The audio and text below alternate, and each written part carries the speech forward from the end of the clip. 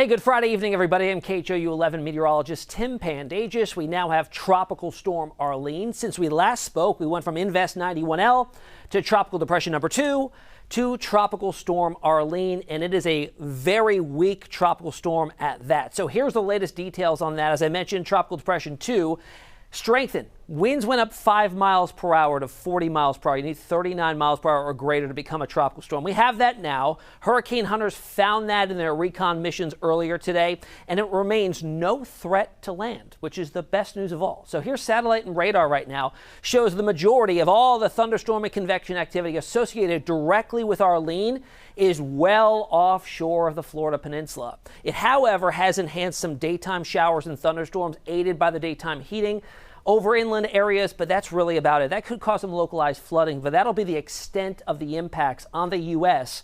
from this tropical storm. I want you to take note of the movement. Still slow at 7 miles per hour, but it is no longer having a northerly component. It is dropping to the south-southeast, and we're going to talk about why in just a moment. Here's visible satellite imagery, the last few images before the sun goes down. We can see it's already starting to struggle with increasing wind shear, and that will be the trend as it pushes south. We can see the convection is still mainly located in its northeastern quadrant, and that low-level center is starting to become a little bit more exposed as the system itself drifts south. A ton of dry air here. It's really had plenty of hurdles to get over to even become a tropical storm. All we had going for it really was the warm ocean temperatures and a very small window of time where the wind shear was a little bit lower, allowing for it to get better posture and stand up straighter. We saw that brief jump in intensification, tropical depression to a tropical storm, but that looks to be it. That window of any potential strengthening is closing quickly as it moves into drier air and a more hostile environment in terms of wind shear.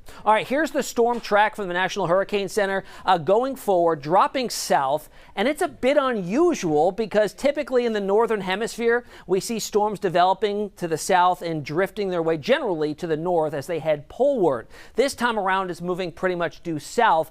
And to understand why, you have to take a look at what's going on several thousand feet up in the atmosphere in terms of the steering currents. Now, for the past several days, Arlene has been nestled in the northeast Gulf of Mexico in an area of weak steering, which is why its forward motion was very, very slow, between 5 and 7 miles per hour, even at times slower than that. However, in time, it's going to start to get the feel from these stronger upper level winds coming out of the northwest that will begin to nudge it to the south, and those winds get stronger, so that imparts wind shear on it, in effect tearing it apart as it heads towards western Cuba. So as it heads towards any populated land, it looks to weaken significantly. So that's the good news there. So here's a look at Tropical Storm Arlene in terms of the spaghetti models.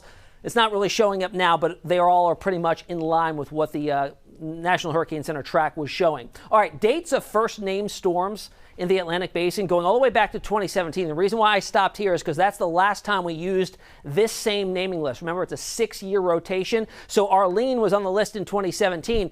That time around, it developed in April. This time around, June 2nd, and you could see 5 of the last 7 years had their first named storm before the actual start of the hurricane season. The exception this year and last year, June 2nd and June 5th. Typically, when we look at climatology over a 30-year period, we get the first named storm to happen around June 20th. So the last 8 years have been well before climatological normals. All right, that's the latest. Arlene is weakening, no threat to land, but if you want to keep in touch, you can find me on all the social media platforms, Twitter, Instagram, Facebook, and on TikTok. We'll see you again with the next named storm.